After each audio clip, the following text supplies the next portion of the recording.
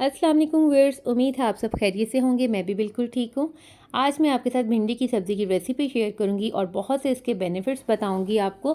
तो सबसे पहले भिंडी खरीदते वक्त की दो बातें जो है वो जहन में रखनी चाहिए कि भिंडी हरी हरी हो और छोटे साइज़ में हो, क्योंकि जो ज़्यादा बड़ी भिंडी होती है ये देखिए, तो ये दरमियान से जो है बहुत ज़्यादा पकी होती है और अच्छी तरह से कुक नहीं होती, गलती नहीं है। ये देखिए इसके जो सीड्स हैं वो बहुत ज़्यादा अंदर से पके हुए हैं। तो ऐसी भिंडी को हम साइड पे कर देंगे। मैंने भी ये भिंडी किसी से मंगवाई थी, तो जिसकी वजह से भिंडी जो है छोटी बड़ी हर तरह से मिक्स आई है। तो मैं इसमें से बड़ी और मोटी वाली भिंडी जो है वो अलग कर दूंगी और छोटी छोटी जो है वो बारीक काट लूँगी। अब हम इसके बेनिफिट्स की तरफ चलते हैं।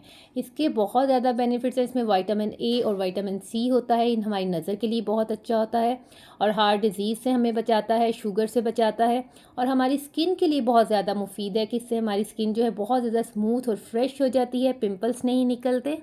तो ये थे भिंडी के बहुत ज़्यादा फ़वाइद। जो बच्चे भिंडी शौक़ से नहीं खाते उनके साथ ये बेनिफिट्स शेयर करें, मुझे उम्मीद है वो भी ये भिंडी शौक़ से खाने लग जाएंगे। अब जो सब्ज़ी है उसको कम से कम पकाएं तो उसकी ग़िज़ाइयत जो है वो ख़त्म नहीं होती, ग़िज़ाइयत भरपूर रहती है। तो आज मैं आपके साथ बहुत मज़ेदार इसका पकाने का तरीका शेयर करूँगी कि बहुत मज़ेदार चटपटी ये तैयार होगी। तो वीडियो को लास्ट तक ज़रूर देखिएगा। चैनल पे न्यू है तो जल्दी से चैनल को सब्सक्राइब कर दें। वीडियो अच्छी लगे तो उसे ज़रूर लाइक करें और कमेंट सेक्शन में ज़रूर बताइएगा कि आज की रेसिपी आपको कैसी लगी। चलिए स्टार्ट करते हैं। बिस्मिल्लाहिर्रहमानिर्रहीम।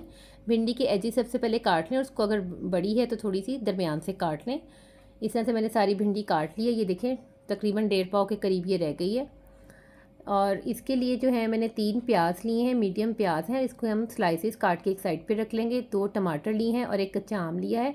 इसको भी मैं हाफ़ यूज़ करूँगी। इसका छिलका उतार के बारीक बारीक काट के एक साइड पे रख लूँगी।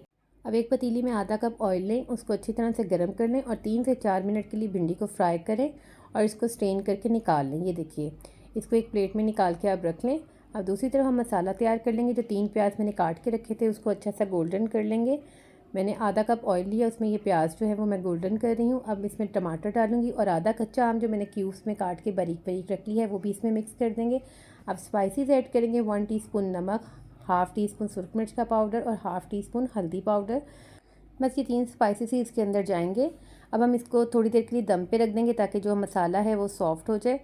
ये देखें मसाला जो है वो गल चुका है। अब हम इसके अंदर भिंडी को शामिल करेंगे और इसको 7 से 8 मिनट के लिए दम पे रखेंगे, जिससे जो है ये मसाला और भिंडी अच्छी तरह से मिक्स हो जाएगा और फिर हम इसको उतार लेंगे। ये देखिए इतने कम टाइम में जो है भिंडी पक चुकी है। सब्ज़ी को वैसे भी कम वक्त में पकाना चाहिए।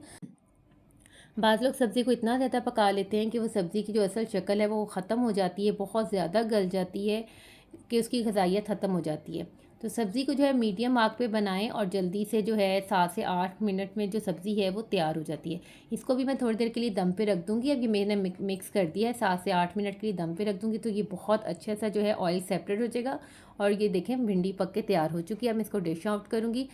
आप भी इसको ज़रूर ट्राई कीजिएगा। वीडियो को लाइक ज़रूर करें। फिर मिलूँगी नेक्स्ट अच्छी और क्विक रेसिपी के साथ। Thanks for watching. अल्लाह हाफिज़।